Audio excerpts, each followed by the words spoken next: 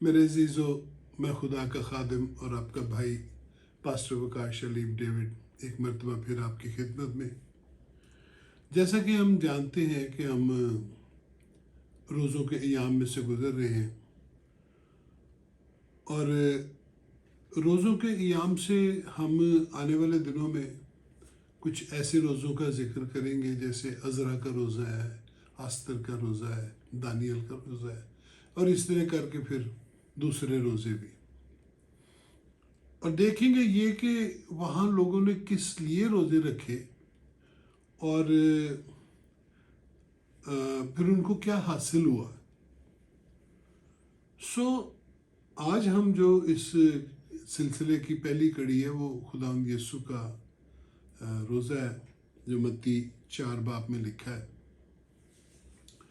कि खुदावंद बियाबान में चला गया और इब्लीस ने उसको आजमाया। उसने पहली बात उससे कही कि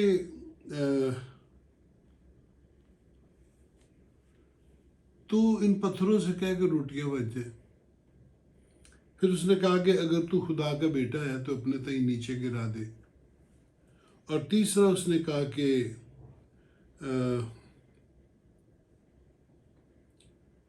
दुनिया और दुनिया की सब सल्तनतें मेरे कब्जे में हैं, जिसको चाहता हूँ देता हूँ, तू मुझे सिजदा कर, मैं सब कुछ तुझे दे दूंगा। ये 3 आजमाइशें खुदावंद के लिए आई। इब्लीस ने ये 3 बातें उसके आगे रखी। तो पहली जो आजमाइश है रोटी की, उसका ताल्लुक बदन से है, ख्वाहिश से है। और दूसरी जो है, दूसरी आजमाइश जो है जिसमें उसने कहा कि तू अपने तई नीचे गिरा दे, तो इस आजमाइश का ताल्लुक जान से है, यानी कि आंखों की ख्वाहिश। और तीसरी जो ख्वाहिश है जो उसने कहा कि तू सब कुछ मैं तुझे दुनिया का दे दूंगा और तू मुझे सिजदा कर, तो इस आजमाइश का ताल्लुक रूह से है, यानी कि ज़िंदगी की शेखी। इस आजमाइश का अगर हम हेडिंग रखें तो वो ज़िंदगी की शेखी होगी कि सब कुछ मेरा है। लेकिन बाइबल हमें बताती है कि खुदावंद जब यर्दन से वापस लौटा, आजमाइशों पर वो गालिब आया, तो लिखा कि उसके पास फरिश्ते आके उसकी खिदमत करने लगे। और इसी तरह अगर हम मरकस की इंजील में देखें तो हाँ जी, इधर भी लिखा है और उधर भी लिखा है कि खुदावंद जब यर्दन से लौटा तो रूह कुदस से वो भरा हुआ था। जब हम इन बातों को देखते हैं तो हमें याद रखना चाहिए कि खुदावंद कामिल बशर है और कामिल इंसान है। कामिल इंसान होने के सबब से उसकी आजमाइश हुई, लेकिन वो आजमाइशों पर गालिब आया, यानी कि बदन की ख्वाहिश, जान की ख्वाहिश और रूह की शेखी। इन तीनों बातों पर जब हम कहते हैं ना रूह, बदन और जान, तो खुदावंद इन तीनों पर गालिब आया। और क्योंकि वो गालिब आया, इसी सबब से 2 काम हुए। एक तो ये कि वो रूह कुदस से भरा हुआ आया, और फिर ये लिखा कि फरिश्ते आके उसकी खिदमत करने लगे। मेरा अपना ईमान है कि जब हम रूह कुदस से भरते हैं और रूह कुदस जो है, रूह कुदस की मामूरी हमें हासिल होती है, तो फरिश्ते हमारी खिदमत करते हैं। ये मेरा तजुर्बा है। जब हम ख्वाहिशों पर गालिब आ जाते हैं, उन 3 ख्वाहिशों पर जिनका तल्लुक ही इस ज़मीन, इस मिट्टी से है, तो हम इसी ज़मीन पर रूहानी ज़िंदगी शुरू करते हैं। और खुदावंद यीशु ने भी यही किया। اس نے تینوں آزمائشوں کا جو مقابلہ ہے وہ کلام سے کیا. تینوں دفعہ اس نے کلام کے حوالے دیے، اور جب حوالے دیے تو ابلیس اس کے پاس سے دور چلا گیا. لیکن جب تک خواہش پیدا ہوئی وہ اس کے نزدیک آیا تھا. یہ میں نے اپنی پہلی ویڈیو میں چند دن پہلے میں نے لوڈ کی تھی، اس میں نے یہ بتایا تھا کہ جب خواہش پیدا ہوتی ہے تبھی ابلیس ہمارے نزدیک آتا ہے. خداوند کے بھی وہ اس وقت نزدیک آیا جب اس کو بھوک لگی، اور جب اس کو بھوک لگی اس نے 3 آزمائشیں اس کے سامنے رکھی.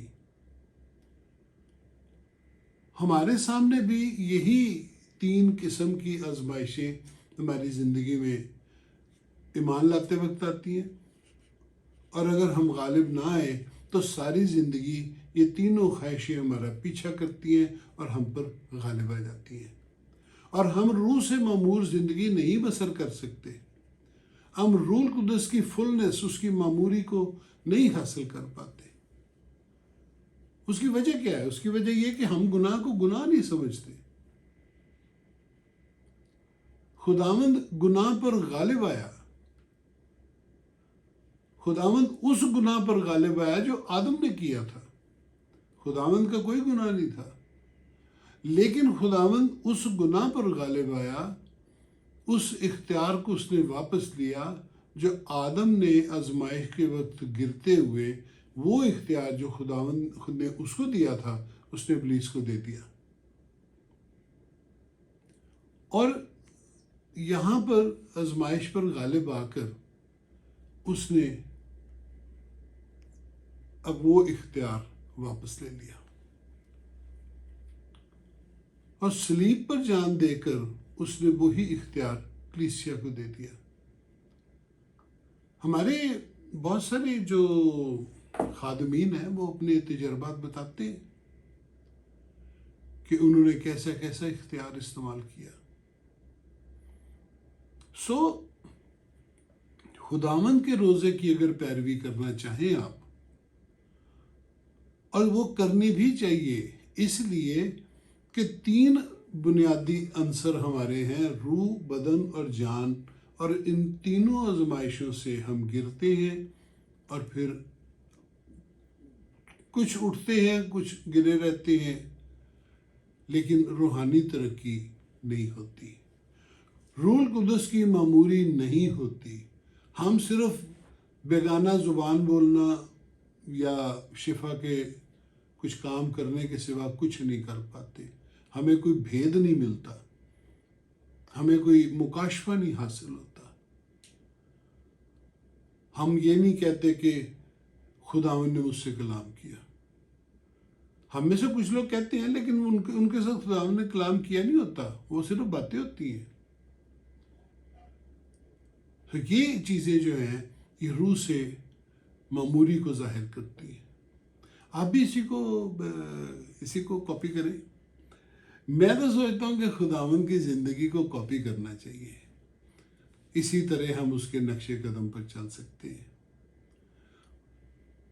ابھی روزوں کے ایام چل رہے ہیں، خداوند کے جی اٹھنے کی عید آنے والی ہے. اپنے خاندان، اپنی نسل، اپنے عزیزوں، دوستوں، اپنے قریبی لوگوں کا، اپنے ملک کا، اپنے شہر کے لیے روزہ رکھے، دعا کرے خداوند سلامتی بخشے اور اس کی سلامتی قائم رہے. کوشش کریں، روزہ رکھے، اور اسی طریقے کے رکھے جیسے کہ بائبل کہتی ہے. انہی مقاصد کو سامنے رکھے تو آپ دیکھیں گے کہ بہت کچھ بدل جائے گا، سب کچھ بدل جائے گا. خداوند آپ سب کو برکت بخشے. جیتے رہیں.